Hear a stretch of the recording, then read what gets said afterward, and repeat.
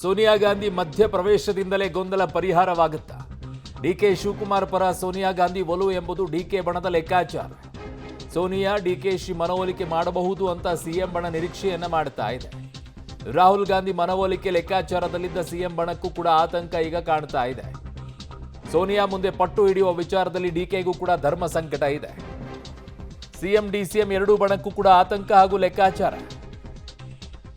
ಆದರೆ ಇಲ್ಲೊಂದು ಪ್ರಶ್ನೆ ಬರುತ್ತೆ. ಹಿಂದೆ ಡಿಕೆ ಶಿವಕುಮಾರ್ ಅವರು ಜೈಲಿನಲ್ಲಿದ್ದಂಥ ಸಂದರ್ಭದಲ್ಲಿ ಸೋನಿಯಾ ಗಾಂಧಿ ಅವರು ಹೋಗಿ ಭೇಟಿ ಮಾಡಿದಾಗ ಹೇಳಿರುವಂತಹ ಒಂದು ಮಾತು ಬಹಳ ಮುನ್ನೆಲೆಗೆ ಬರುತ್ತೆ. ಸ್ಯಾಕ್ರಿಫೈಸ್ ಬಗ್ಗೆ ಮಾತನಾಡ್ತಾರೆ ಅವರು.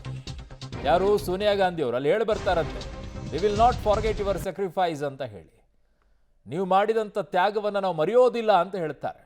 ಸೊ ಆ ತ್ಯಾಗಕ್ಕೆ ಈಗ ಫಲವನ್ನ ಕೇಳುವಂತ ಪರಿಸ್ಥಿತಿ ಬರುತ್ತಾ ಅಂತ ಗೊತ್ತಿಲ್ಲ. ನನ್ನ ಸಹೋದ್ಯೋಗಿ ಈಗ ಸುಖೇಶ್ ಪೊಲಿಟಿಕಲ್ ಬ್ಯೂರೋದಿಂದ ಸಂಪರ್ಕಕ್ಕೆ ಸಿಗ್ತಾ ಇದ್ದಾರೆ. ಸುಖೇಶ್, ಈಗ ಡಿ ಕೆ ಶಿವಕುಮಾರ್ ಅವ್ರನ್ನ ಇದರಲ್ಲಿ ಕಟ್ಟಿ ಹಾಕಬಹುದು, ಸಿದ್ದರಾಮಯ್ಯನವರಿಗೆ ಒಂದು ರೀತಿಯಾದಂಥ ಪ್ಲಸ್ ಪಾಯಿಂಟ್ ಆಗ್ಬೋದು, ಎಲ್ಲವೂ ಓಕೆ. ಆದರೆ ಹಿಂದೆ ಇದೇ ಪಕ್ಷಕ್ಕೋಸ್ಕರ ಅವರು ಜೈಲಿನಲ್ಲಿದ್ದಂಥ ಸಂದರ್ಭದಲ್ಲಿ ಸೋನಿಯಾ ಗಾಂಧಿ ಅವರು ಹೋಗಿ ಭೇಟಿ ಆದಂಥ ಸಂದರ್ಭದಲ್ಲಿ V will not forget your sacrifice ಅನ್ನುವಂಥದ್ದನ್ನು ಕೂಡ ಹೇಳಿ ಬಂದಿದ್ರು. ಆ ಸ್ಯಾಕ್ರಿಫೈಸ್ ವಿಚಾರದಲ್ಲಿ ಇವತ್ತು ಕೇಳ್ಬೋದಲ್ವಾ ಡಿ ಕೆ ಶಿವಕುಮಾರ್ ಅವರು ತ್ಯಾಗದ ವಿಚಾರದಲ್ಲಿ?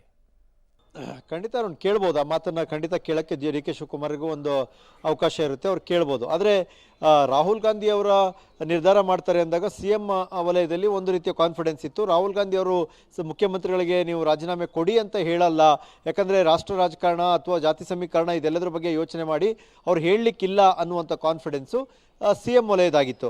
ಆದರೆ ಸೋನಿಯಾ ಗಾಂಧಿಯವರ ಮಧ್ಯ ಎಂಟ್ರಿಯಿಂದ ಸಹಜವಾಗಿ CM ವಲಯಕ್ಕೆ ಒಂದು ರೀತಿಯ ಆತಂಕ ಇರ್ಬೋದು. CM ಗಿಂತ ಹೆಚ್ಚು DCM ಅವರಿಗೆ ಸೋನಿಯಾ ಗಾಂಧಿ ಅವರ ಜೊತೆ ಹೆಚ್ಚು ಒಡನಾಟ ಆತ್ಮೀಯತೆ ಇದೆ ಅನ್ನುವಂಥ ಕಾರಣಕ್ಕಾಗಿ ಸಹಜವಾಗಿರ್ಬೋದು. ಆದರೆ ಇದೇ DCM ಡಿ ಕೆ ಶಿವಕುಮಾರ್ ಅವರಿಗೆ ಪ್ಲಸ್ ಆಗಿಬಿಡುತ್ತೆ ಅಂತ ಹೇಳಲಿಕ್ಕೂ ಸಾಧ್ಯ ಇಲ್ಲ. ಯಾಕಂತಂದರೆ ಅಕಸ್ಮಾತ್ ಡಿ ಕೆ ಶಿವಕುಮಾರ್ ಅವರು ಪಟ್ಟು ಹಿಡಿದಾಗ ರಾಹುಲ್ ಗಾಂಧಿ ಅವರಿಂದ ಕನ್ವಿನ್ಸ್ ಮಾಡಿಸೋಕ್ಕೆ ಆಗದೇ ಇರುವಂಥದ್ದನ್ನ, ಅದು ಸ್ವಲ್ಪ ಸಮಯನೋ ಅಥವಾ ಇನ್ನೊಂದು ಸ್ವಲ್ಪ ಬೇರೆ ಒಂದು ಸಮಯ ಅಥವಾ ಬೇರೆ ಒಂದು ಅವಧಿಯ ಏನೋ ಒಂದು ಯಾವ ರೀತಿಯ ಕನ್ವಿನ್ಸು ಅನ್ನುವಂಥದ್ದು ಕೂಡ ಮುಖ್ಯನೇ. ಅದನ್ನು ಕೊಡೋಕ್ಕೆ ಸಾಧ್ಯ ಆಗದೇ ಇದ್ದಾಗ ಸೋನಿಯಾ ಗಾಂಧಿ ಅವರು ಮನಸ್ಸು ಮಾಡಿದ್ರೆ ಅದನ್ನು ಮಾಡ್ತಾರೆ ಅನ್ನುವಂಥ ಸಹಜವಾದ ನಿರೀಕ್ಷೆ ಇದೆ.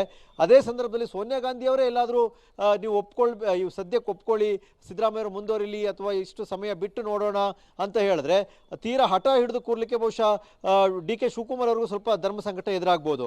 ಹಾಗಾಗಿ ಸೋನಿಯಾ ಗಾಂಧಿ ಅವರ ಎಂಟ್ರಿ ಮೇಲ್ನೋಟಕ್ಕೇನೋ DCM ಡಿ ಕೆ ಶಿವಕುಮಾರ್ ಅವರಿಗೆ ಹೆಲ್ಪ್ ಆಗ್ಬೋದೇನೋ ಅಥವಾ ಅವ್ರ ಪರವಾಗಿ ಅವ್ರು ನಿಲ್ಬೋದೇನೋ ಅನ್ನೋಂಥ ಕಂಡ್ರೂ ಕೂಡ ಅಂದುಕೊಂಡ್ರೆ ಸುಲಭ ಅಲ್ಲ. ಯಾವುದೇ ಒಂದು ನಿರ್ಧಾರವನ್ನು ಹೈಕಮಾಂಡ್ ತೀರ್ಮಾನ ಮಾಡುವಾಗ ಏಕಾಏಕಿ ಮಾಡಲ್ಲ. ಅಥವಾ ಅವ್ರ ಪಕ್ಷದ ಮಟ್ಟದಲ್ಲಿ ಅವರ ಪಾರ್ಲಿಮೆಂಟರಿ ಕಮಿಟಿ ಇರ್ಬೋದು ಅಥವಾ ಬೇರೆ ಕಮಿಟಿಗಳಿರ್ಬೋದು, ಆ ಮಟ್ಟದಲ್ಲಿ ಒಂದಷ್ಟು ಚರ್ಚೆಗಳು ನಡೆದಿರ್ತವೆ, ಸಾಧಕ ಬಾಧಕಗಳು.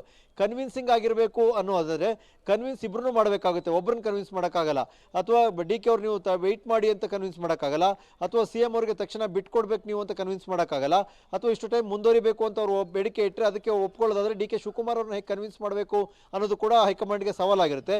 ಅದು ಒಂದು ಕಡೆ ಮೂರು ಜನರಿಗೆ ಒಂದು ರೀತಿಯ ಧರ್ಮ ಸಂಕಟ, ಒಂದು ಕಡೆ ಹೈಕಮಾಂಡ್, ಮತ್ತೊಂದು ಕಡೆ CM, ಮತ್ತೊಂದು ಕಡೆ DCM. ಮೂರು ಜನರು ಒಂದೇ ರೀತಿಯ ಒಂದು ಸಮಸ್ಯೆಯನ್ನು ಎದುರಿಸ್ತಾ ಇರೋ ರೀತಿಯಲ್ಲಿ ಕಾಣಿಸ್ತಾ ಇದೆ. ಅರುಣ್. ಓಕೆ ಸುಖೇಶ್, ನಿಮ್ಮೆಲ್ಲ ಮಾಹಿತಿಗೆ ಧನ್ಯವಾದ.